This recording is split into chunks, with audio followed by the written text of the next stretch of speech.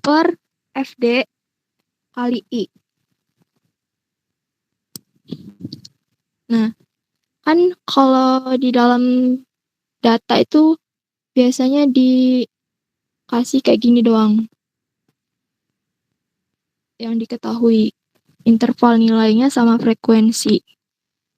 Jadi yang tabel ini kita harus cari. Cara nyarinya sama kayak di materi sebelumnya. Jadi karena dia meningkat dari bawah, jadi harus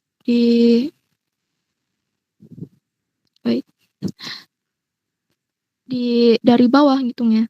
2 dipindahin 2, terus 2 ditambah 4, 6, dan seterusnya, terus sampai akhirnya 67 tambah 3, 70. Tuh. Udah dapet nih. Tabelnya udah keisi. Masukin ke rumus. Di persentil 90 itu adalah 90 per 100. Karena persentil itu sendiri kan persen. Persen itu kan per 100 kan. Jadi 90 per 100. Kalau persentil 10 per 100 gitu. Terus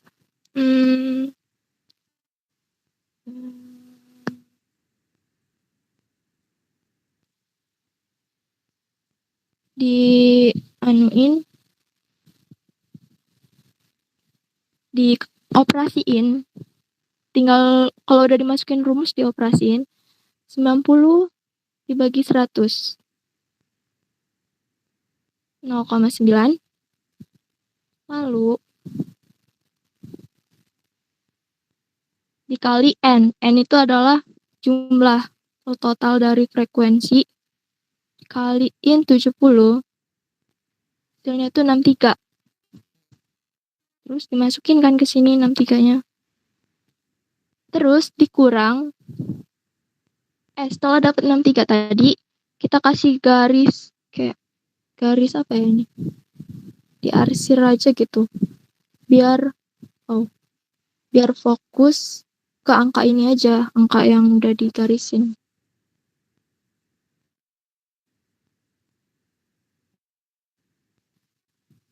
Nah, 63 itu kita harus naruhnya itu di ini, di frekuensi meningkatnya di yang lebih dari 63. Kalau misalnya nggak ada 63.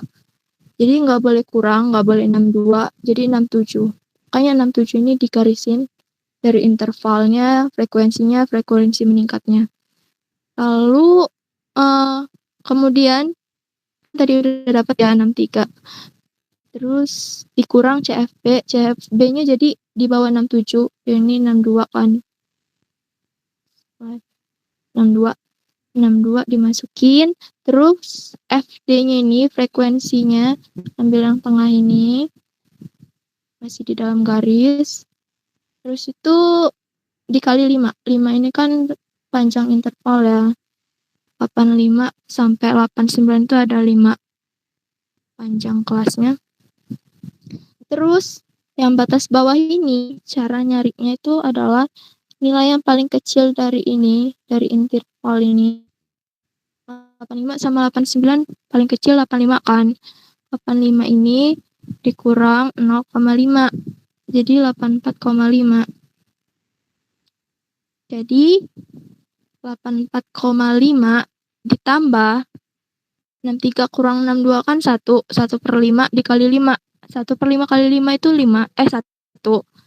Terus 84 ditambah 1, 85,5. Dapat kan persentil 90-nya. Terus lanjut ke persentil 10-nya, sama aja. Batas bawahnya itu, sebelum nyari batas bawah itu harus dicari dulu persentil 10-nya. 10 per 100. 0,1 kan. Dikali N. N-nya 70. 0,1 kali 70, 7. Terus dikasih garis.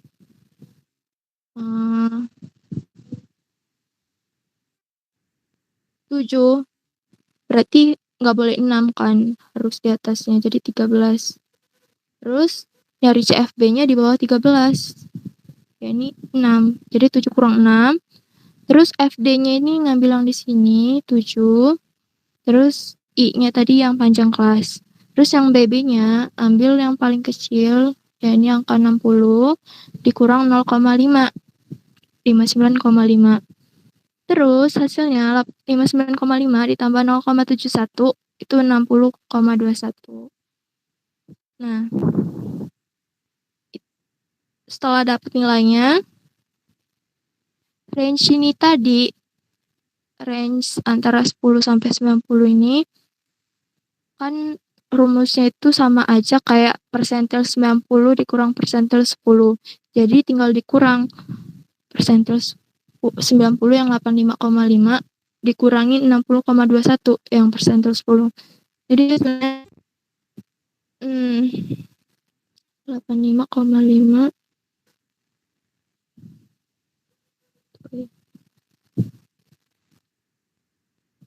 kayaknya salah deh itu hasilnya. 60,21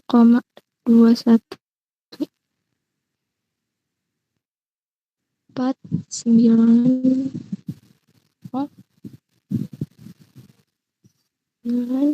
2 5 hasilnya itu bukan 24,79 ya, tapi 25,29 gitu. Nah, jadi range 10 sampai 90 itu hasilnya ini. Tuh. Terus, kalau dihitung range penuh atau range 100%, rumusnya yang gini tadi, yang sederhana, 90 dikurang 1 doang gitu. Ini juga kalau yang sederhananya berarti yang paling tinggi kan 94. 94 dikurang 50. Jadi 44 kan? Adalah 44. Dikurang ini tadi 25,29. Itu adalah bukan ini. Hasilnya 44 kurang 25,29. 18,71. Jadi 18,71. Ini itu selisih antara range yang penuh dengan range 80%. Jadi beda kan hasilnya.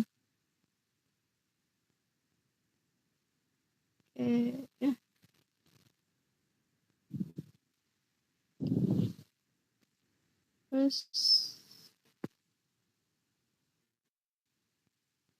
kalau nggak paham bisa tanya aja ya. Lanjut ke range selanjutnya.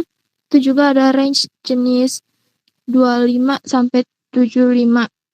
Artinya dia dipotong 25 di tiap ujungnya. Tuh. Dari angka 100 angka 0 sampai 100 ini dipotong 25 di tiap ujungnya. Jadinya 25 tambah 25 itu 50%. Jadi ini disebut juga dengan range 50%. Rumusnya itu nggak jauh beda, tinggal dicari persentil 75-nya dikurang persentil 25-nya. Gitu. Ini rumusnya. Tinggal dimasukin. Sama aja kayak tadi, 75 per 100 kali N, hasilnya 52,5. Terus tuh 52,5 itu di sini tempatnya. Terus itu CFB-nya di bawahnya 42. Terus FD-nya ini 12. Terus I-nya itu jarak ininya. Terus tinggal dioperasiin 52,5 dikurang 42 dibagi 12 kali 5 itu 4,38 ditambahin jadi ini. Terus persentil 25 juga sama. Persentilnya kan dari sini ya. 75 dikurang 0,5 tadi. Terus yang ini juga sama. Karena dia persentil 25 jadi 25 per 100 dikali N 17,5 dikurang CFB 13 per FD. FD-nya itu 11 kali 5. Jadinya 64,5 plus 2,04. 4,5 plus 2,04. 66,54.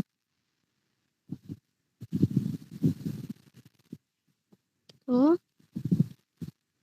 Nah, kalau dicari antara range penuh atau range 100%,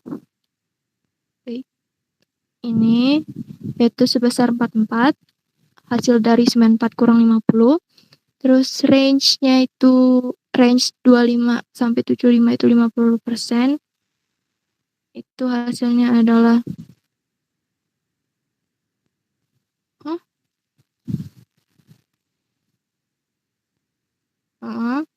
66,54. Jadi dikurang tuh 78,88 dikurang ini. Jadi seperti itu.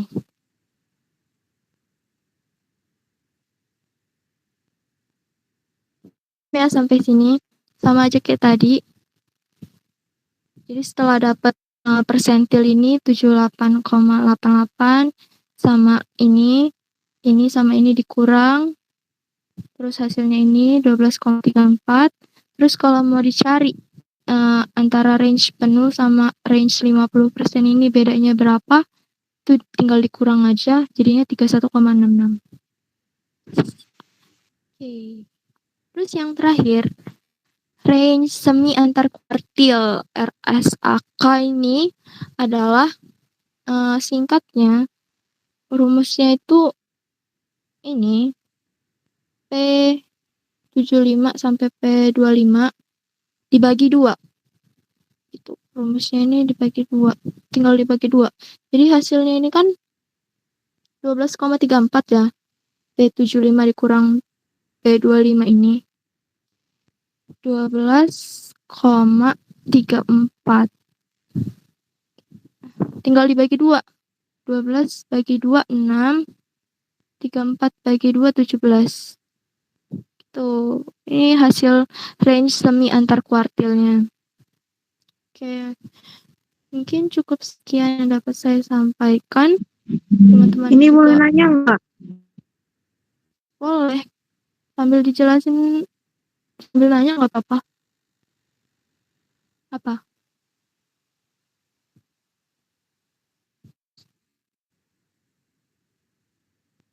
Adil, bisa diulang nggak yang kamu jelasin yang 3?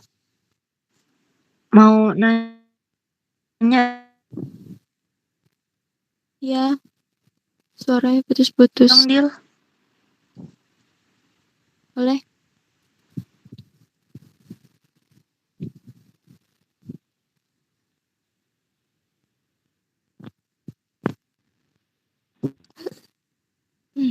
Gimana? Dil mau nanya yang di range 10 sampai 90 sama 25 sampai 75 tadi. Kan ada ditanya, bukan ditanya, maksudnya kalau misalnya mau nyari range yang penuh gitu. Range penuhnya kan 100% tuh. Nah, tadi dijelasin kan ada 94 kurang 50 sama dengan 44. Nah, itu dapat 94 sama 50-nya itu dari mana? Oke. Jadi karena dia disebut range penuh, jadi artinya range 100%. Maksudnya full.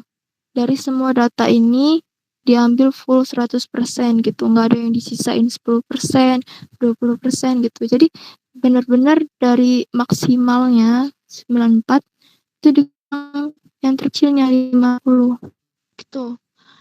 Kan paling kecil di data ini, di tabel ini itu 50. Kalau misalnya di tabel ini paling gedenya 100, misalnya ya 90 sampai 100 nih di tabel yang pertama. Terus tabel yang paling bawah ini angkanya itu 5 sampai 10. Berarti cara ngitung range penuhnya 100 dikurang 5. gitu. Itu aja sih, Cak. Jadi datanya itu didapat dari nilai tertinggi dikurang nilai yang paling rendah kalau mau cari yang range penuh 100% ini. Gitu. Ada lagi yang mau bertanya? Kalau tidak ada dan sudah jelas, kita bisa masuk ke materi yang selanjutnya, mean deviasi, yang akan dijelaskan oleh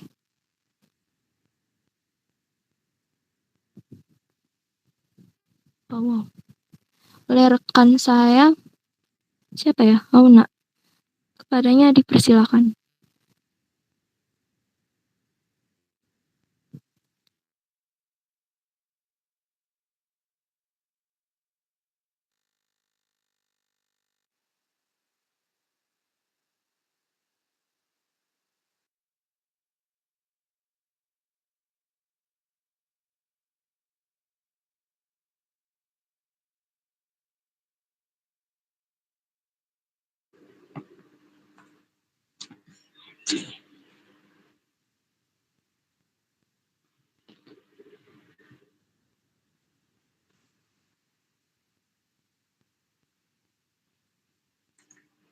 Materi selanjutnya yaitu tentang mean deviasi. Jadi, mean deviasi itu atau deviasi rata-rata adalah rata-rata dari deviasi nilai-nilai dari mean dalam suatu distribusi. Dan diambil nilainya ini yang absolut, artinya kalaupun ada tanda minus, itu tandanya diabaikan gitu. Tetap nilainya positif. Untuk rumusnya, rumus mean deviasi itu atau MD adalah sigma X dibagi N. Ini rumusnya. Bisa ada contohnya tabel persiapan menghitung mean deviasi itu ada nilai variabelnya atau X-nya ya. Itu ada 90, 85, 80, 75, dan seterusnya sampai 40. Nah, maka untuk menghitung mean deviasi ini, kita harus hitung dulu X-nya ataupun X deviasi. X kecil ya di sini. Kalau yang nilai variabel kan X besar. Nah, kalau mean deviasi ini X kecil. Jadi caranya itu X dikurang mean. Jadi 90. Nah, kita hitung meannya dulu, Deng. Jadi hitung meannya dulu. Hitung meannya itu kan sama kayak rumus yang sebelumnya. Di pertemuan sebelumnya itu sigma X. Sigma X ini 715 dibagi N. N-nya jumlah dari seluruh ini nih ada 11. Jadi 715 dibagi 11 sama dengan 65. Nah, untuk nyari X deviasinya, itu X nilai variabel dikurang mean. Jadi 90 dikurang 25. Sama dengan 90 dikurang 65, maaf. 90 dikurang 65. Sama dengan 25. Terus, dan seterusnya 85 dikurang 65 sama dengan 20. 75 dikurang 65 sampai dengan 10 dan seterusnya sampai 40 dikurang 65 hasilnya 25. Maka diketahui sigma X dari deviasinya adalah 150. Nah, baru kita masukin ke rumus yang sebelumnya, yaitu yang MD sigma X dibagi N ini. Yaitu 150 ini dibagi 11, jumlah banyaknya nilai ini semuanya. Itu 13,65. Terus, ini kan datanya yang nggak ada frekuensinya ya, jadi cuma ngitung X kecilnya doang atau X deviasinya doang. Kalau untuk ngitung yang ada frekuensinya, bisa dilihat di tabel 40. Nah, itu sebenarnya sama aja, cuma kita hitung Fx, X deviasi, dan F dikali X deviasi. Itu ada X-nya di sini udah tertera nilainya ada 9, 8, 7, 6, 5, dan 4. Terus frekuensi yang 9 itu ada 2, 8, 4, 7, frekuensinya 9, 6 frekuensinya 6, 5 frekuensinya 4, dan 4 frekuensinya 1. Ini dijumlah hasilnya 26. Ini akan jumlahnya. Terus itu kita cari Fx-nya. Sama seperti materi yang sebelumnya juga, untuk nyari Fx, itu tinggal dikaliin aja. F frekuensi ini dikali X nilai variabel. Jadi 9 dikali 2 sama dengan 18, 8 dikali 4 sama dengan 32, dan seterusnya sampai 4 dikali 1 sama dengan 4. Hasilnya 173. Terus untuk hitung X deviasi, ini X kecil X deviasi, itu caranya sama kayak yang sebelumnya. Ini, bentar. Caranya tuh X ini, X deviasi sama dengan X nilai variabel dikurang mean. Maka dapatnya 6,65 kan, sigma X dibagi N. 173 ini dibagi jumlah frekuensinya sama dengan 6,65.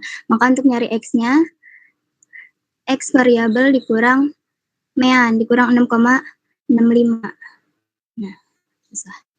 Terus dapatnya 2,35 ini. 9 dikurang 6,65 sama dengan 2,35.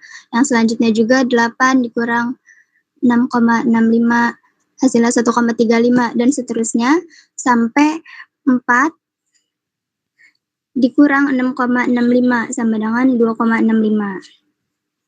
Selanjutnya itu kita cari fx-nya.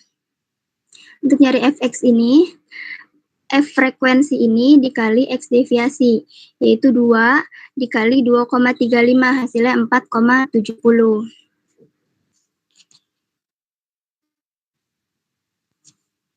2 dikali 2,35 hasilnya 4,70. Terus pokoknya sampai akhir 1 dikali 2,65 sama dengan 1 kali 2,65 sama dengan 2,65. Maka dijumlahkan. Maka ini semua dijumlahkan hasilnya 26,40. Nah, udah ketemu tabel semua ini, baru kita masukin rumus yang di awal, mean deviasinya sigma fx dibagi n. 26,40 ini dibagi 26 banyaknya frekuensi ini, dapatnya 1,02. Udah cukup sekian materi dari saya. Jika ada yang ingin bertanya, persilakan. Nur, mau tanya Nur. Yuk. Nur. Jadi yang di tabel kedua kan F tuh kan. Itu emang dari sananya ya? Maksudnya emang Yang mana? udah disiapin dari pertanyaan. Ya ini yang F. Frekuensi. Ya frekuensi. Frekuensi emang udah dari sananya. Jumlah. Ya jadi misalnya. Ya jadi yang disiapin sama pertanyaan itu 2 tabel ya? Ya. X sama F. Sisanya nyari sendiri ya? Kalau ada frekuensinya, kita nyari tabel selanjutnya fx-nya X dan fx deviasinya. Kalau nggak ada frekuensinya, kita cuma nyari X deviasinya doang. Oke. Makasih. Ya. Kalau N-nya itu dapat dari mana bisa jadi 26? N itu banyaknya variabel. Kalau di sini, sabar. Kalau di sini kan nggak ada frekuensinya nih di tabel ini. Nggak bisa. Nah, nggak ada frekuensinya. Jadi banyaknya ini nih ada berapa? Ada 11 kan, kayak 1, 2, 3, 4, 5, 6, 7, 8, 9, 10, 11 ya. Dari 90 sampai 40 ini ada 11 tabel gitu, 11 kolom. Nah, kalau yang ada frekuensinya, itu dilihat N-nya ini banyaknya jumlah frekuensi ini, 26. Jumlah tambahan dari frekuensi kayak 2 tambah 4 tambah 9 tambah 6 dan seterusnya, itu dapatnya 26. Maka N-nya 26 gitu. Oh iya.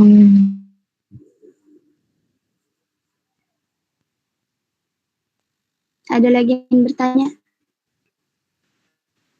Mah mau nanya dong, itu yang X kurang 6,65 itu dapat dari mana? Dari rumus ini. Sabar ya. Nah, Untuk dapat menghitung mean deviasi harus cari X terlebih dahulu, yaitu rumusnya X deviasi ini atau X kecil dikurang X besar, ataupun nilai variabel nilai aslinya itu dikurang mean. Maka kita nyari meannya dulu. Dapatnya kan di sini meannya 6,65 kan, kayak materi yang sebelumnya itu mean tuh carinya sigma X dibagi N. Dapatnya 6,65. Jadi tinggal dipastikan aja.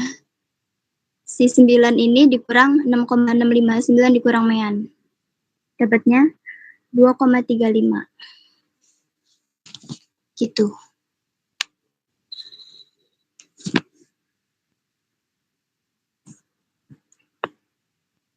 Ada lagi yang ingin bertanya?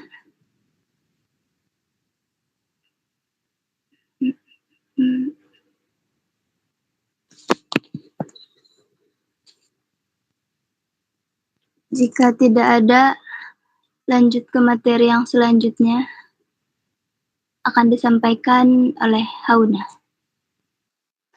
Nah, menghitung standar deviasi dari nilai tunggal yang tidak mempunyai frekuensi. Rumusnya itu ada di bawahnya.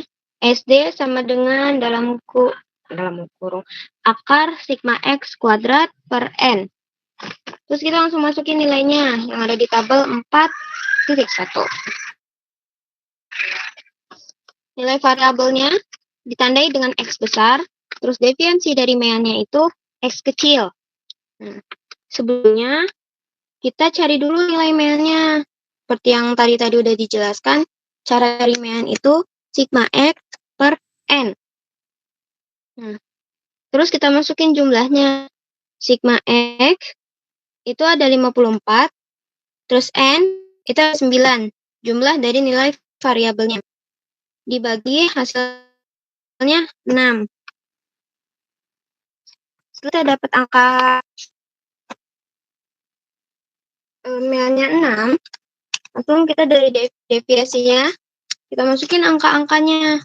Nah, kita buat titik 0 di angka 6. Selanjutnya, kita buat positif sama negatifnya dari titik 0 itu.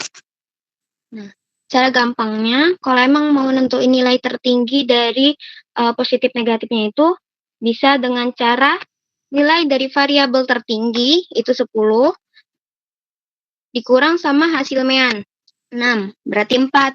Nah, maka dari 0 ke atas dan 0 ke bawah, itu hitungannya plus 1 sampai plus 4, min 1, min 4. Terus selanjutnya ada deviasi dari mean yang dikuadratkan. Nah, cara kuadratinya itu, dari deviasi dari mean X kecil ini, dikuadratin 4, di kuadrat 2 hasilnya 16. 3 kuadrat 2 dikuadratkan jadinya 9. Pokoknya hitungannya semuanya itu dikuadratkan. Nah, maka hasilnya itu sigma X kuadrat sama dengan 60. Selanjutnya mengenai standar deviasi. Standar deviasi itu tujuannya untuk menghitung perhitungan persimpangan dari nilai rata-rata yang membuat persimpangan nilai positif dan negatif. Rumus pertama, untuk perhitungan standar deviasi dari nilai tunggal tidak mempunyai frekuensi. Rumusnya, Hauna, nah, lanjut kita ke standarnya. Setelah nemuin mean sama hasil-hasilnya, kita masuk ke perhitungan standar deviasinya dengan rumus akar XY kuadrat per N. Nah, kita masukin tuh jumlah-jumlahnya, nilai-nilainya. Sigma X kuadrat itu 60. Seperti ada yang di deviasi tadi itu. Terus N-nya ini jumlah frekuensinya. 10 sampai 2 ini kan ada 9 nih. Jumlah dari frekuensi nilai variabelnya. Maka hasilnya akar 6,67. Itu hasilnya 2,35. 58. Nah, sampai sini ada yang dipertanyakan dulu? Jika nggak ada, lanjut. Selanjutnya, ada rumus yang kedua. Nah, kalau rumus yang tadi itu untuk perhitungan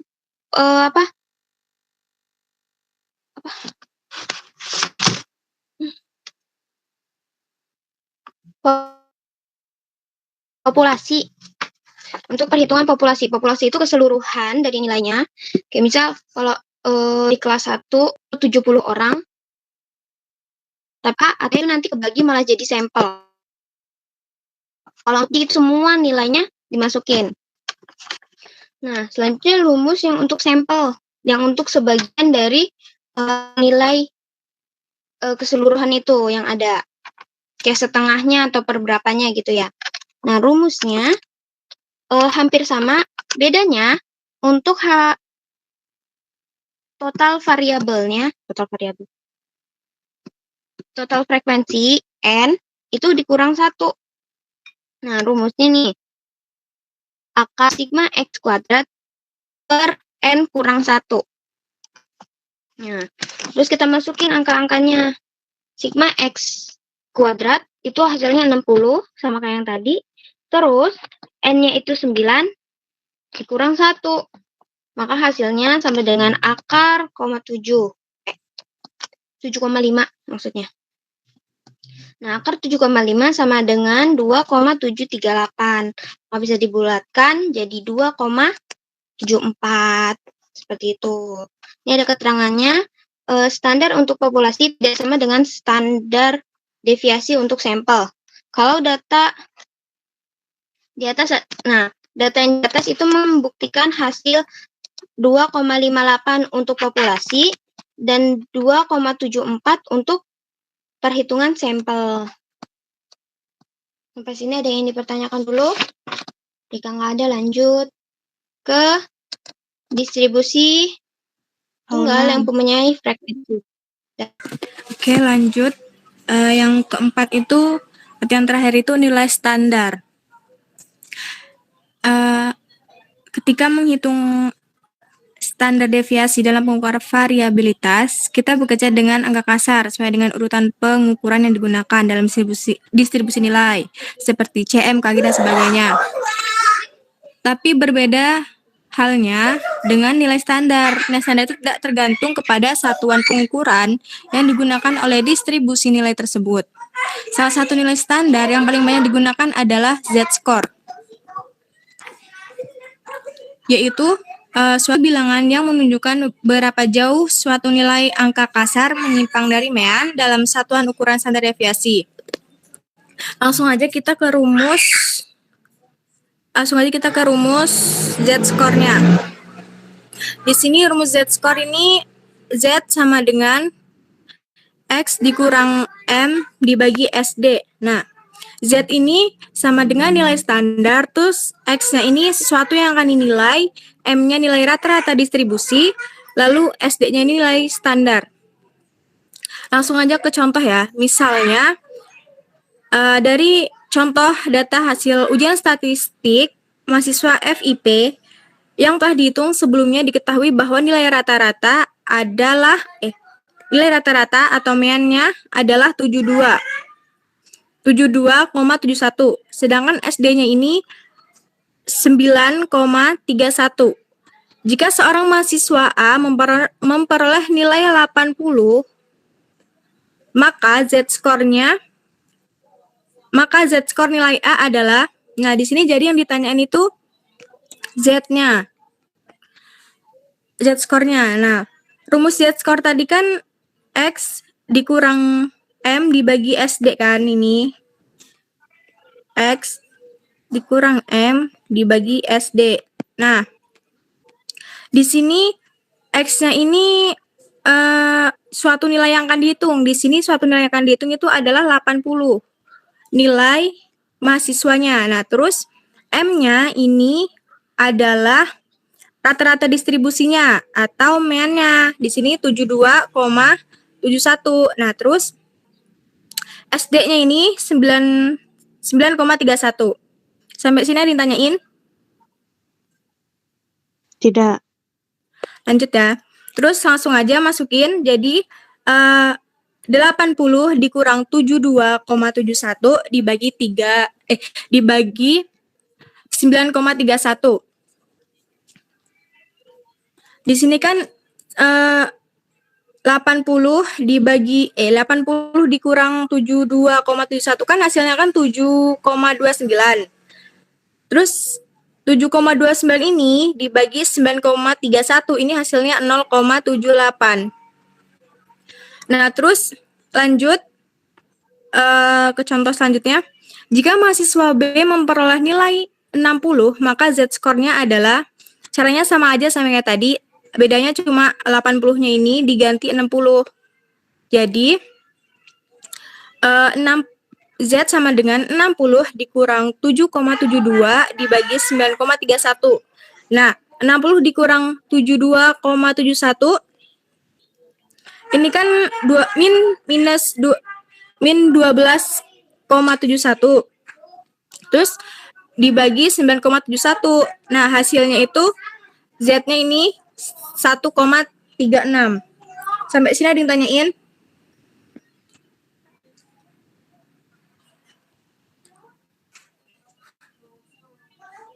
Sampai sini ditanyain? Enggak. Oke, lanjut. Terus selanjutnya, dengan memperhatikan contoh nilai mahasiswa A di atas diketahui bahwa Z-score-nya adalah plus 0,78 yang berarti nilai mahasiswa A 0,78, standar deviasinya di atas mean. Begitu juga dengan mahasiswa yang B. Z-score-nya itu kan tadi kan minus 1,36, berarti nilai standarnya nilainya 1,36, nilai standar deviasinya di bawah mean karena bertanda negatif. Terus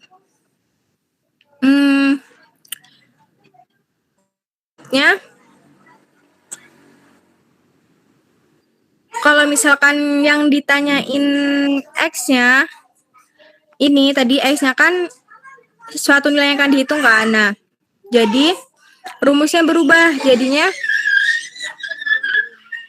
X sama dengan M ditambah Z dikali SD. Nah, di sini M-nya tadi kan M-nya tadi 72,71 kan di soal ini kan. 72,71. Nah, terus ditambah sama Z-nya. Z ini kan 1, plus 1,75. Nah, terus dikalilah sama si SD-nya, nilai standar deviasinya tadi kan 9,31. Nah, jadi 72,71 ditambah sebelumnya 1,75 dikali 9,31 dulu ya. Habis itu 72,71 ditambah 16,29 hasilnya 89 gitu. Jadi gitu, sampai sini ditanyain.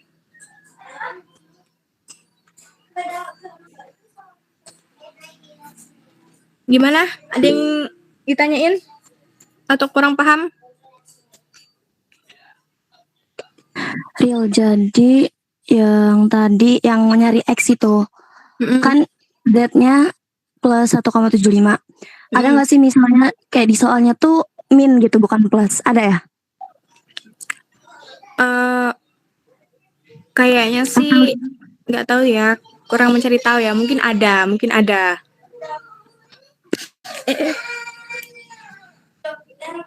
Terus kalau misalnya min, jadi cara ngitungnya itu ini tetap sama aja kali ya. Oh, tetap dikurungin doang tapi ditambahin Sama min aja doang kok. gitu ya? Sama Oke. aja. Lanjut ke halaman 72 ya.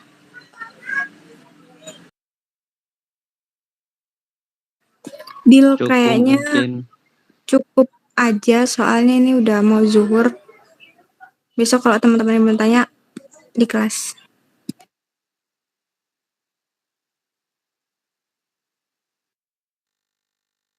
Oke, kalau kayak gitu, sekian sesi presentasi dan tanya jawab kita pada pagi menjelang siang ini. Selanjutnya adalah sesi penutup. Saya ucapkan terima kasih kepada teman-teman semua yang sudah berpartisipasi secara aktif. Semoga ilmu yang kita dapatkan hari ini menjadi berkah bagi kita semua. Kalau misalnya masih nggak paham, nanti bisa tanya aja langsung di chat atau kayak mana. Saya minta maaf bila terdapat kesalahan, dan pada Allah saya mohon ampun. Saya akhiri sesi presentasi dan diskusi kita pada kali ini. Wallahu muwaffiq ila aqwamit thoriq. Wassalamualaikum warahmatullahi wabarakatuh. Waalaikumsalam warahmatullahi wabarakatuh. Waalaikumsalam warahmatullahi wabarakatuh.